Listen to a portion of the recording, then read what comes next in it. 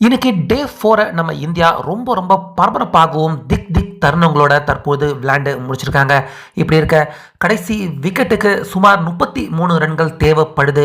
Follow ஆன நம்ம India தவிர்ப்பாங்களா அப்படின்னு எதிர்பார்த்து ஹார்ட் பீட் எகிற அளவுக்கு காத்துக்கிட்டு இருந்த ஒட்டுமொத்த நம்ம இந்திய ரசிகர்கள் எல்லாருக்கும் பும்ரா, ஆகாஷ்தீப் இவங்க 2 பேருமே இன்னைக்கு நம்ப முடியாத சம்பவத்தை இந்த 4வது நாள் ஆட்ட நேர இறுதியில் நிகழ்த்தியிருக்காங்க.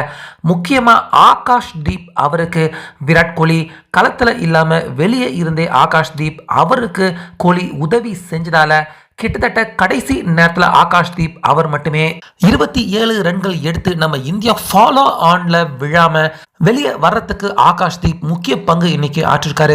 அதுக்கு விராட் கோலி பின்னாடி இருந்து அவரும் உதவியும் செஞ்சிருக்காரு.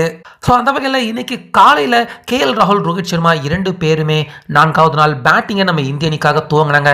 சுமார் 170 ரன்கள் வரைக்கும் நம்ம இந்தியா எடுத்தா போதும், ஃபாலோ ஆன தவிர்த்திடலாம்.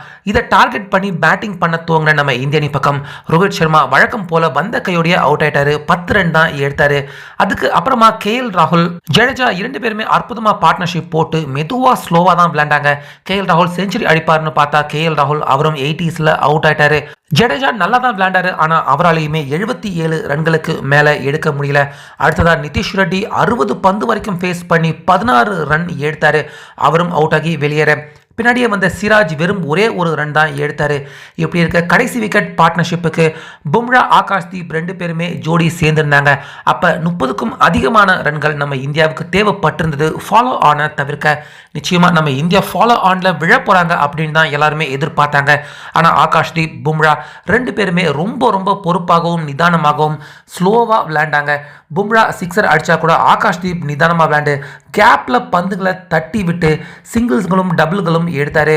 இப்படி இருக்க ஒவ்வொரு ரன்னுக்கும் மைதானத்தில் ஆகாஷ்தீப், பும்ரா 2 பேருக்குமே இந்திய ரசிகர்கள் ஷேர் பண்ணிக்கிட்டு எப்படியாவது ஃபாலோ ஆன நம்ம இந்தியா கடந்துடணும் அப்படின்னு ஒட்டுமொத்த ரசிகர்கள் எல்லாருமே எதிர்பார்த்துக்கிட்டு இருந்தாங்க. இதில் ஆகாஷ்தீப் 30 ரன்ல சுமார் 20 ரன்கள் அவர் மட்டுமே அடிச்சு கொடுத்தாரு. கடைசியா அற்புதமா ஒரு பவுண்டரி ஒன்னையும் அடிச்சு விளாசி தள்ளி நம்ம இந்தியாவை ஃபாலோ ஆன்ல இருந்து காப்பாற்றினதுமே துள்ளி குதிச்சு ஒட்டுமொத்த நம்ம இந்திய பிளேயர்கள் ட்ரெஸ்ஸிங் ரூம்ல செலிப்ரேட் பண்ணதை பார்க்க முடிஞ்சது. முக்கியமா ஆகாஷ்தீப் அவருக்கு விராட் கோலி வெளியே இருந்து செஞ்ச உதவி என்ன அப்படின்னா, ஆகாஷ்தீப் அவர் பேட்டிங் பண்ண அந்த பேட் விராட் கோலி அவருடைய பேட்டை வச்சுதான் ஆகாஷ்தீப் அவர் எடுத்த மொத்த ரன்களையுமே எடுத்திருந்தாரு. இதுக்கு முன்னாடி கூட பங்களாதேஷ் தொடரில் 2-3 சிக்ஸர்களை சர்ன்னு கோலி பேட்ல பறக்க விட்ட ஆகாஷ்தீப் இந்த நெருக்கடியான நேரத்திலையும் விராட் கோலி அவருடைய பேட்டை பயன்படுத்தி நம்ம இந்தியாவை இப்ப ஃபாலோ ஆன்ல இருந்து காப்பாத்திருக்காங்க. இதனால நம்ம இந்தியா நிச்சயமா இந்த மேட்ச்ல தோல்வி அடையறதுக்கான வாய்ப்பில் இருந்து நம்ம இந்தியா தற்போது தப்பிச்சிருக்காங்க அப்படிதான் சொல்லணும். பேட்ஸ்மேன்கள் எல்லாருமே கைவிட்ட போதும் கடைசி விக்கெட்டுக்கு சுமார் 37 ரன்கள் ஆகாஷ்தீப், பும்ரா 2 பேருமே இன்னைக்கு இவங்க விளையாண்ட பேட்டிங்கை பத்தி உங்க கருத்தை சொல்லுங்க.